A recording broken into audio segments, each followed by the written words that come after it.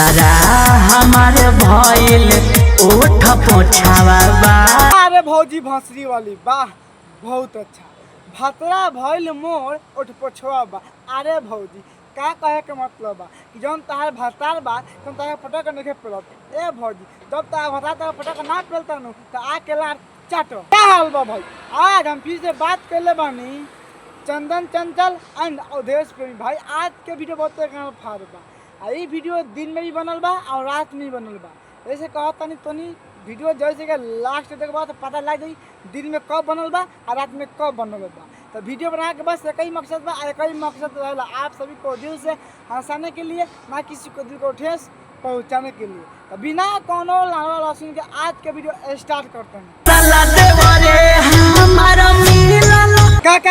का तो हतारू कि देवरा हमार मिलल। अरे भौजी तार कहे के मतलब का बा ना हमरा के साफ से बताओ तार कहे के मतलब का बा। तब तार फटा के पेलम तार चाटो। वाह रे तारा बहनी के गाड़ी में गधा के आरी पेलो। वाह बहुत अच्छा कि सखी देवरा मिलल हमारा ढोई नोचवा बा।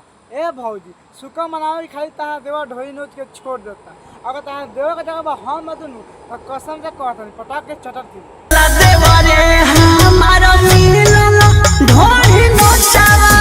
अब पेलना नहीं खे तहारा बहनी के झाड़ चिलो।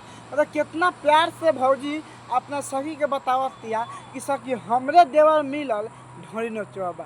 ए भौजी ऐसे कहबू तो पटा के पेल दम आ बाद में कह हम पेल ही नहीं के तहार बहन चोदो भाग यहाँ से। अच्छा बड़ बाटे तहार तार आ छोट हमल गुली। तार कहे के मतलब का बा जन भैया के सामान बतन लंबा बा तार छेद बतन छोटा बा। देखा भौजी ऐसे मत कह, ज़्यादा बोलबू नु तो भैया कसम से कह दिन पेल लगी हम आ ना बोलबू तो ना पेली हम। वाह अरे भौजी भंसरी वाली वाह बहुत अच्छा कि चित पट करे में कबो दम ना फूली। काहे भौजी ऐसा तू का करबू ना हमरा के साफ साफ खोल के बताओ कि ऐसा तू का करबू कि चित पट करे में दम ना फूली। मतलब कैसन बात करते यार बहन चोद। भौजी के बात सुनने के बाद हम ऐसा लागता नु कि भौजी नु लमका लंड के दावा दी आ खूब पेलवाई। तार बहन चोद आगे बोलो। अच्छा 4 बार सैया हो तरहती पर धार के। अरे तारा बहनी के झाड़ छी तार कहे के मतलब का बा कि 4 बेर तार भतार तो धो के पी लिए तो मोटा जाइए। अरे भौजी ऐसा कुछ नहीं होके वाला कसम से कहता हूँ। ज़्यादा बोलबू कोनो पटा के हक दी और बाद में ना कहे का हगला है। ढोरी